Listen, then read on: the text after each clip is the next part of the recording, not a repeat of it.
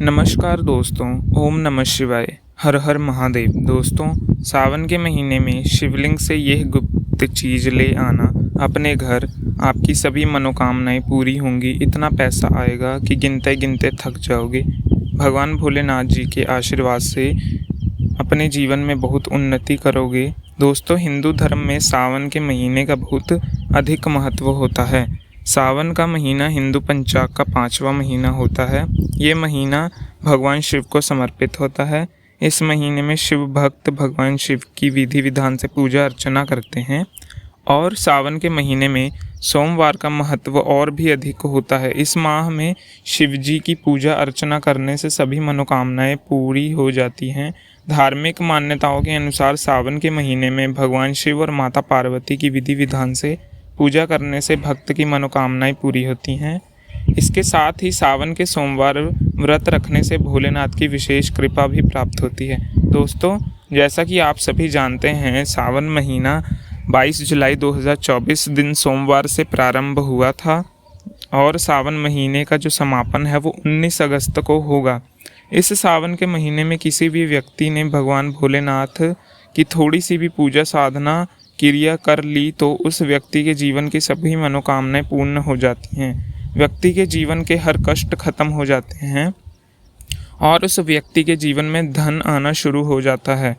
भक्तों, वीडियो आगे शुरू करने से पहले भगवान भोलेनाथ के सच्चे भक्त प्राचीन भोलेनाथ के लिए हमारे चैनल मन की भक्ति को सब्सक्राइब करें और बेल आइकन ज़रूर दबाएं और वीडियो को लाइक करें और कमेंट बॉक्स में हर हर महादेव सच्ची श्रद्धा से लिख दें, जिससे कि भगवान भोलेनाथ जी का आशीर्वाद आपको सीधे प्राप्त हो सके। दोस्तों, आज की इस वीडियो में हम आपको बताएंगे सावन के दिनों में आपको भगवान भोलेनाथ के मंदिर जाकर के क्या क्या भोलेनाथ को अर्पित करना है और वहां से वापस क्या लेकर आना है और क्या नहीं। आपके घर की गरीबी, दरिद्रता, परेशानी, कष्ट, दिक्कतें हमेशा के लिए ख़त्म हो जाएंगी। दूसरी तरफ आपके घर में सुख, समृद्धि, यश, वैभव, ऐश्वर्य की प्राप्ति हो। धन रखिए दोस्तों, सावन का माह का इंतज़ार हर व्यक्ति इसलिए करता है ताकि उसको भगवान भोलेनाथ का आशीर्वाद मिल सके। देवों के देव भगवान भोलेनाथ अगर किसी भी व्यक्ति को आशीर्वाद दे दें तो उस व्यक्ति का साक्षात काल भी आकर उसका कुछ बिगाड़ नहीं पाता। इसलिए आज की इस वीडियो में हम आपको बताएंगे कि कैसे आप सावन के दिन, जो बहुत ही पावन दिन है, इस दिन भगवान भोलेनाथ को प्रसन्न कर सकते हैं। कैसे आपको भगवान भोलेनाथ का आशीर्वाद प्राप्त हो सकता है। कैसे सावन के दिनों में शिवलिंग की आपको पूजा करनी है और वह भी खास उपाय करते हुए। कैसे आपको शिवलिंग पर क्या चढ़ाना है और कहाँ कहाँ और वहाँ से क्या लेकर वापस आना है, ताकि आपके घर में अन्न और धन का भंडार कभी भी कम ना हो। देखिए दोस्तों, आपके जीवन में कितनी ही परेशानियाँ, कितनी ही बड़ी दिक्कतें क्यों ना हो। मान लीजिए आपके जीवन में धन की समस्या है, मान लीजिए नौकरी की प्राप्ति के लिए बहुत ही ज़्यादा परेशान हो चुके हैं, अपने शस्त्रों के आपने घेर लिया है, संतान की प्राप्ति आपको ही नहीं हो पा रही है, तो एक बात का ध्यान रखिए दोस्तों, सावन का पावन दिन एक ऐसा दिन होता है जिस दिन कोई भी व्यक्ति अगर थोड़े से उपाय कर लेता है तो भगवान भोलेनाथ की साक्षात पूजा कर लेता है। उस व्यक्ति की कितनी ही बड़ी मनोकामना हो, कितने ही बड़े कष्ट हों, वह खत्म हो जाते हैं, उसकी मनोकामना पूर्ण हो जाती है। दोस्तों, मान लीजिए आपके ऊपर कोई दोष लगा हुआ है, जैसे वास्तु दोष, श्रवण दोष, प्राकृतिक दोष या कोई भी दोष लगा हुआ है। आपको सावन सोमवार के दिन थोड़ी सी पूजा करनी है, आपका दोष खत्म हो जाएगा, आपके जीवन में सभी परेशानियां चली जाएंगी और आपके जीवन में धन आना बंद हो गया था और उसका आगमन वापस से शुरू हो जाएगा। मान लीजिए आपके जीवन में कोई भी परेशानी नहीं रहेगी। बस दोस्तों, आज की इस वीडियो को लास्ट तक देख लीजिए और मान के चलिए भगवान भोलेनाथ का आशीर्वाद से आपके सभी मनोकामनाएं जल्द ही पूरी होने वाली हैं। आपके जीवन की सभी परेशानियां भी चली जाएंगी। देखिए, एक बात कही गई है कि जब भी हम भगवान भोलेनाथ की पूजा करते हैं, हम धैर्य रखना चाहिए, विश्वास रखना चाहिए और श्रद्धा के साथ भगवान भोलेनाथ की पूजा करनी चाहिए, क्योंकि भगवान भोलेनाथ बहुत ही भोले हैं और वह किसी भी व्यक्ति की थोड़ी सी ही पूजा साधना से तुरंत ही प्रसन्न हो जाते हैं। इसलिए दोस्तों सावन सोमवार के दिन कुछ ऐसी चीज़ें हैं जो आपको अवश्य पता होनी चाहिए, क्योंकि सावन सोमवार के दिन अगर आप भगवान भोलेनाथ के सामने पूजा करने जा रहे हैं तो मान के चलिए दोस्तों, आपने अगर कोई गलती कर दी तो भगवान भोलेनाथ आपसे क्रोधित हो जाएंगे, और आपसे सही तरीके से पूजा की होगी तो साक्षात भगवान भोलेनाथ उसी दिन आशीर्वाद दे देंगे, और उस दिन के बाद आपको जीवन में कभी कोई परेशानियां नहीं आएंगी। हम एक एक चीज़ बताते जा रहे हैं, इसलिए इस वीडियो को लास्ट तक देखिए। सबसे पहले आपको भगवान भोलेनाथ के मंदिर जाना होगा। ये जितने भी उपाय आपको बताए जाएंगे मंदिर के उपाय होंगे। देखिए होता क्या है कि लोग हमसे पूछते हैं कि गुरुजी हमारे घर पर शिवलिंग है, हम घर पर पूजा नहीं कर सकते, तो इसका उत्तर है नहीं दोस्तों, आपको मंदिर जाना पड़ेगा, क्योंकि मंदिर का जो शिवलिंग होता है और जो घर का शिवलिंग होता है इसमें बहुत ज़्यादा फ़र्क होता है। जो मंदिर का शिवलिंग है दोस्तों, इसकी जो एनर्जी होती है वह घर के शिवलिंग से करोड़ों गुना ज़्यादा होती है, और इसमें सकारात्मकता ऊर्जा होती है, जिसके सामने अगर आप थोड़ी सी पूजा करते हैं तो तुरंत ही फल आपको मिलता है और आपके जीवन की हर परेशानियां चली जाती हैं।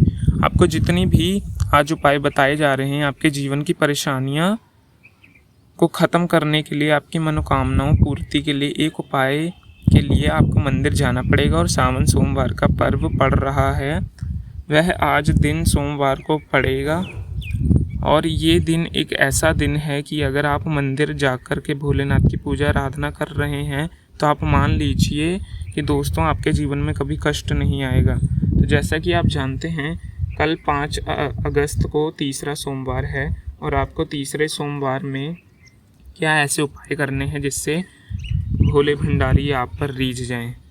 तो दोस्तों आपके जीवन में कभी कष्ट आ ही नहीं सकता। पूरे साल आपके घर में अन्न धन का भंडार बना रहेगा, और आपको क्या क्या ले जाना है वह पर लिख लीजिए, क्योंकि दोस्तों अगर आपने एक भी गलती कर दी तो आपकी पूजा संपन्न मानी नहीं जाती। दोस्तों सबसे पहली चीज़, भगवान भोलेनाथ के लिए आपको जल ले जाना है। सावन सोमवार में कई लोग हमसे ये कहते हैं कि जो जल जो है वह शिवालय में भी मिल जाता है, शिव जी के मंदिर में भी मिल जाता है। वहीं दोस्तों वहाँ का जल आप तभी चढ़ाइए जब कोई दिक्कत हो, वरना घर से ही जल ले जाना चाहिए।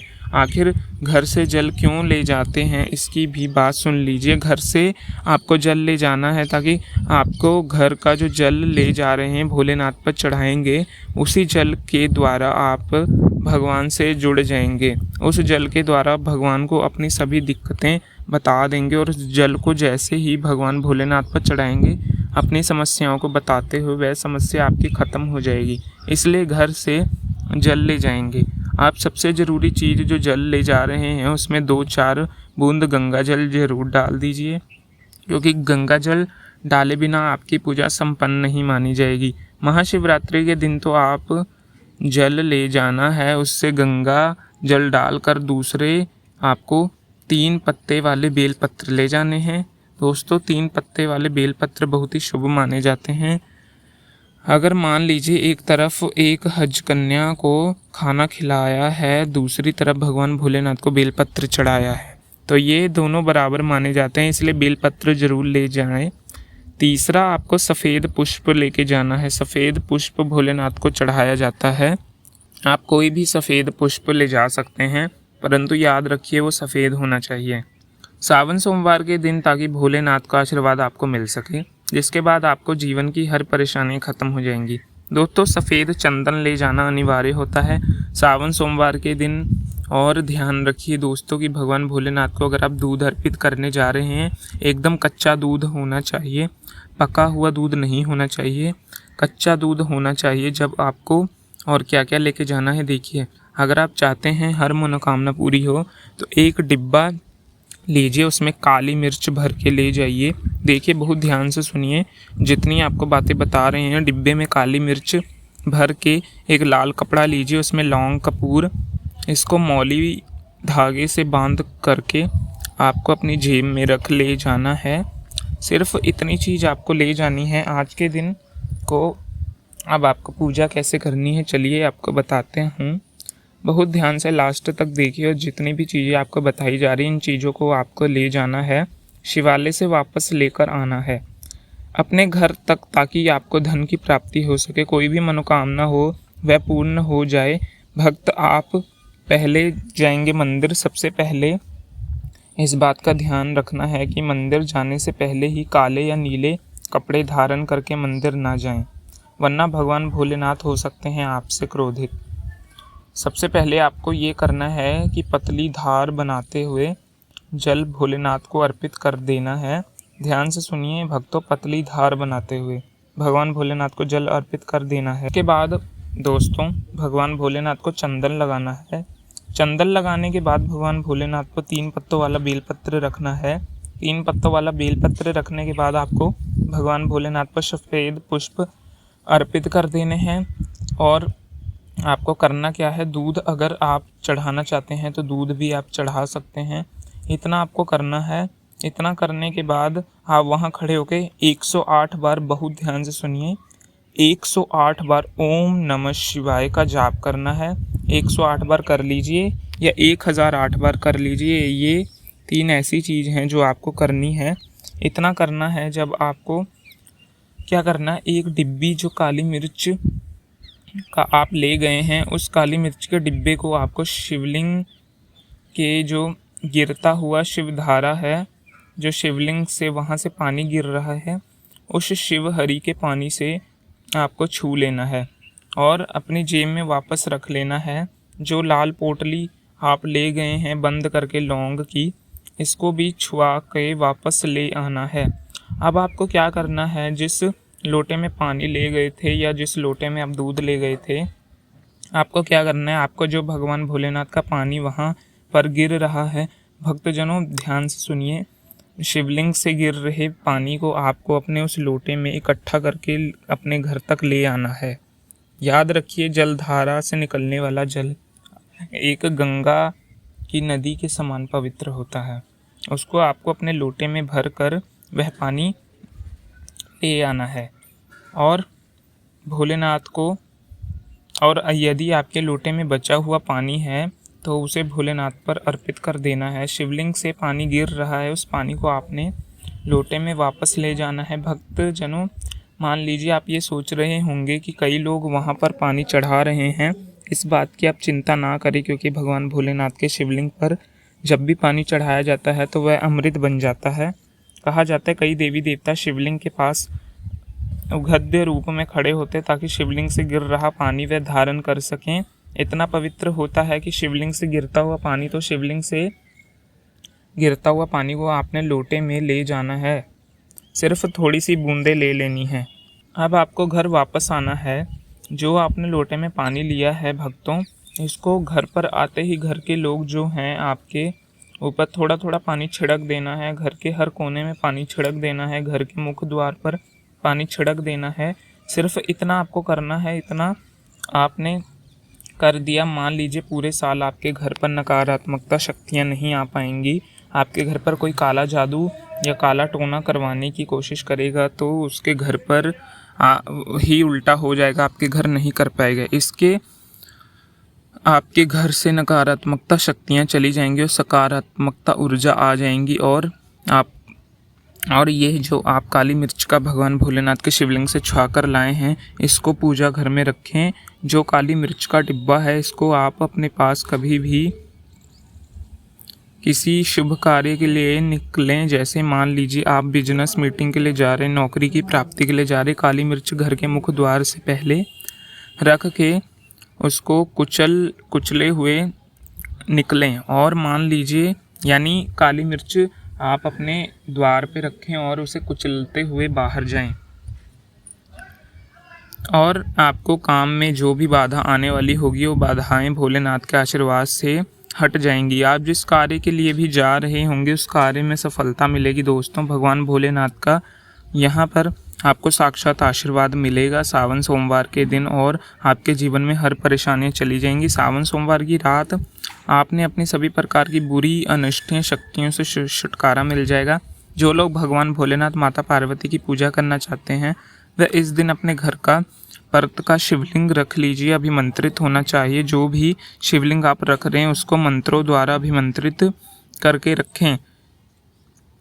सॉफ्टिक हो, नर्म स्वर्व शिवलिंग कोई भी रखिए, अच्छे से उनको भोलेनाथ को अपने घर पर ही पूजा करने के लिए एक लोटा जल चढ़ाएं, क्योंकि मंदिर में बहुत भीड़ भाड़ होती है।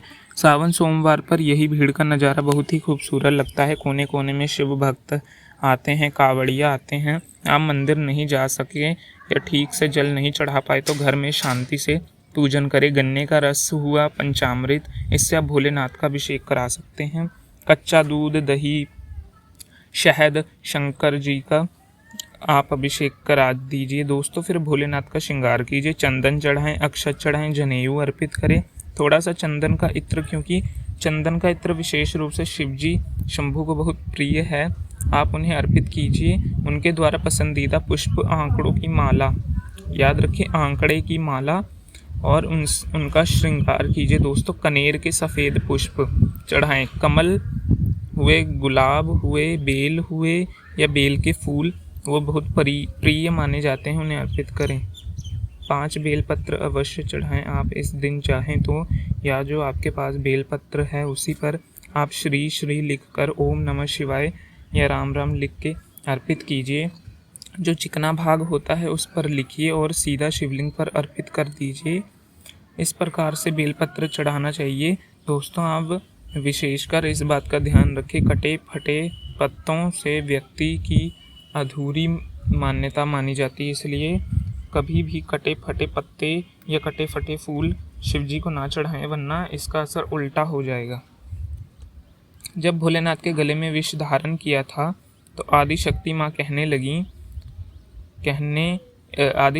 के कहने पर देवताओं ने भगवान शिव के सिर पर भांग, धतूरा, बेलपत्र आदि रखा और नियंत्रण जल अभिषेक किया था, जिसकी वजह से उनका मस्तिष्क का ताप कम हुआ था। उस समय से ही भोलेनाथ को भांग धतूरा चढ़ाया जाता है, और ये बात भोलेनाथ के भक्तों को बहुत कम पता होती है। इसी कारण शिवलिंग पर भांग धतूरा चढ़ाया जाता है। दोस्तों, अगर आपके घर में शिवलिंग है तो सावन के तीसरे सोमवार के दिन आप चाहें तो शिवजी को त्रिशूल हुआ, डमरू हुआ, कुछ भी अर्पित कर सकते हैं। शिवजी के डमरू की डमडम की ध्वनि मंगल गुरु से संबंधित होती है, क्योंकि चंद्रमा उनके मस्तक पर विराजमान होकर अपनी क्रांति से अनंत आकाश में जटाधारी महामृत्युंजय को प्रसन्न करता है, और बुध आदि ग्रह हैं जिससे संभव से सहायक होते हैं। ये आज के दिन डमरू अर्पित करें। भोलेनाथ का डमरू आप धारण भी कर सकते हैं। अभिमंत्रित करके आप अपने शरीर में छोटा सा चांदी का डमरू धारण करें। भक्त, अगर आपको यह प्राचीन ज्ञान चैनल के माध्यम से पता चली हो तो अच्छी लगी हो तो वीडियो को लाइक कर दीजिए और कमेंट बॉक्स में सच्चे दिल से हर हर महादेव लिख दीजिए। धन्यवाद।